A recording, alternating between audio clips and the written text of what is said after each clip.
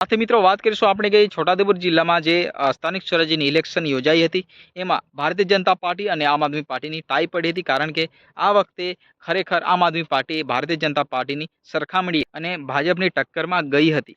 તો મિત્રો ઘણી એવી સીટો આમ આદમી પાર્ટી દ્વારા અહીંયા કવર કરવામાં આવી હતી, ખાસ કરીને તાલુકા અને જિલ્લા પંચાયતની સીટો. તો મિત્રો અહીંયા દરેક પાર્ટીની બોડી બનાવવા માટે અત્યારે પ્રમુખ ઉપપ્રમુખની અહીંયા વરણી અત્યારે કરવામાં આવી રહી છે અને ક્યાંક ને ક્યાંક જે ભાજપ અને આમ આદમી પાર્ટીના જે ચૂંટાયેલા તાલુકા અને જિલ્લા પંચાયતના ઉમેદવારો ફરી પ્રમુખ અને ઉપપ્રમુખ માટે અહીંયા ફોર્મ ભરાવી રહ્યા છે. પરંતુ વાત કરીએ તો જે છોટાઉદેપુર જિલ્લાના નસવાડી તાલુકામાં ભારતીય જનતા પાર્ટીના પ્રમુખ બિનહરીફ ચૂંટાઈ આવ્યા છે, જે વિનુભાઈ ભીલ, જે છલવાડા ગામના સરપંચ અને નસવાડી તાલુકાના જેર તાલુકા પંચાયતના જે ભાજપ તરફથી ઉમેદવારી કરી હતી અને ક્યાંક ને ક્યાંક એક ખાસી એવી લીડથી ચૂંટાઈ આવ્યા હતા. અને અત્યારે જે પ્રમુખ ઉપપ્રમુખની વરણી બાબતે એમને બિનહરીફ અહીંયા ભારતીય જનતા પાર્ટી દ્વારા કરવામાં આવી રહ્યા. તો અહીંયા વિનુભાઈ ભીલને ખૂબ મોટી અહીંયા જવાબદારી પણ આપવામાં આવી છે, કારણ કે છલવાટા ગામના સરપંચ છે.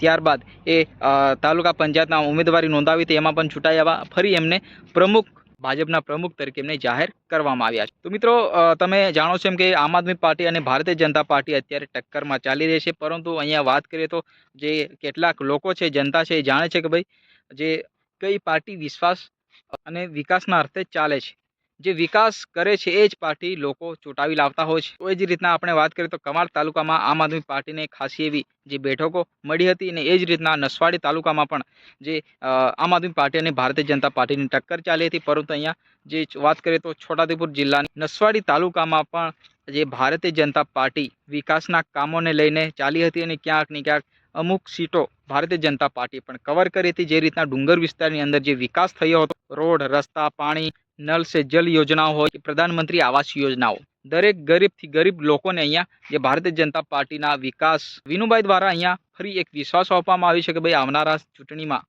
ફરી આપણે વધુમાં વધુ લીડથી જીતવાની કોશિશ કરીશું અને જે ભારતીય જનતા પાર્ટીનો જે વિકાસ છે એ હર ઘર સુધી પહોંચે.